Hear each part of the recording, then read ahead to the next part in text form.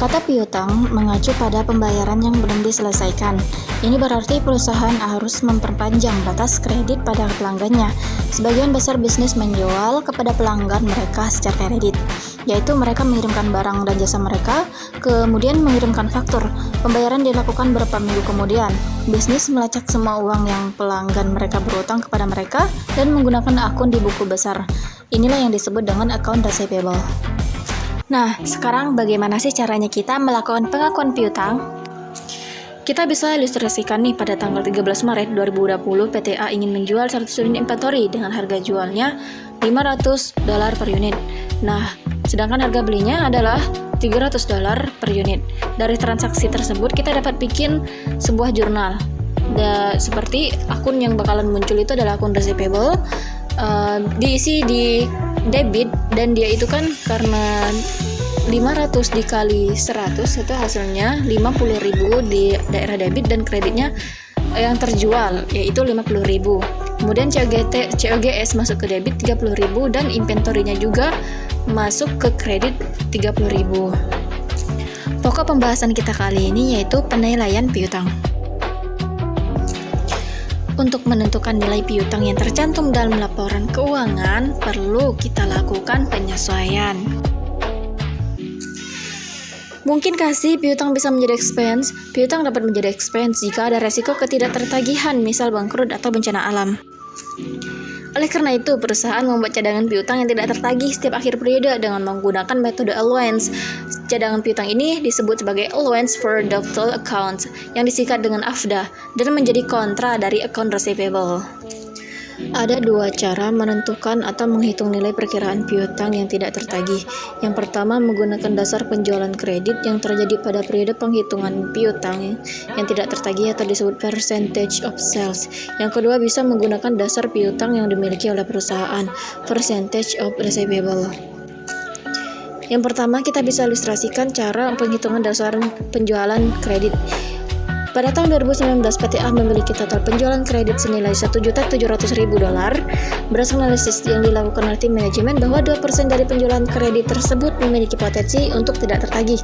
Maka nilai cadangan piutang yang tidak tertagih dengan menggunakan dasar penjualan kredit adalah senilai $34.000. Itu 2% dikali dengan $1.700.000 tadi.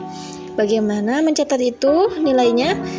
Jurnal yang bisa kita buat itu dengan akun bad debt expense di debit 34.000 dan AFDA di kredit 34.000.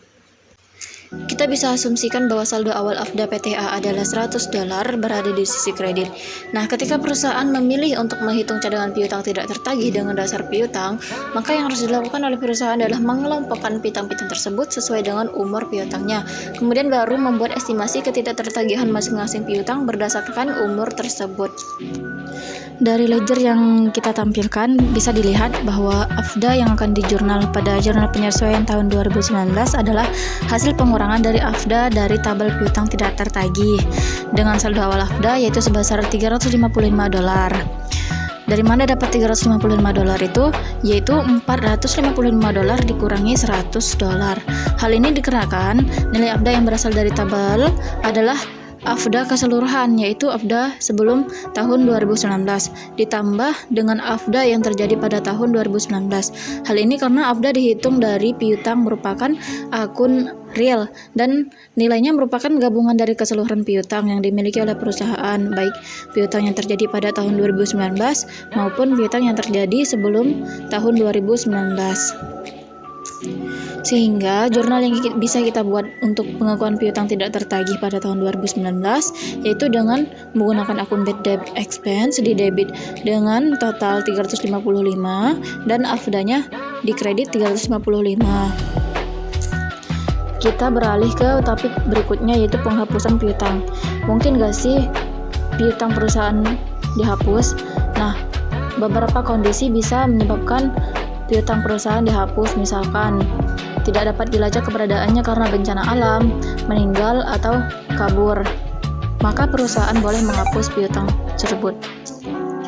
Contoh kasusnya bisa kita ambil dari kasus konsumen Zen yang tidak diketahui keberadaannya. Jadi PTA memutuskan untuk menghapus piutang dari Cizen sebesar $4.000.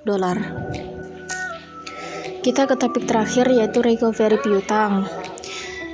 Jadi, misalkan akun piutang milik Cizen sudah dihapus, tapi dia di tanggal 20 Juni ingin membayar kembali piutangnya. Kemudian, apa yang harus dilakukan perusahaan? Perusahaan harus memunculkan kembali akun piutangnya. Kemudian, menjurnalnya seperti akun yang bakalan keluar itu akun receivable di debit karena masuk dari Cizen. Kemudian yang di kreditnya, yang kontra dari akun receivable itu AFDA-nya 4.000. Nah, kemudian di tanggal 20 Juni juga masuk akun cash 4.000 di debit dan akun receivable di kredit 4.000 juga.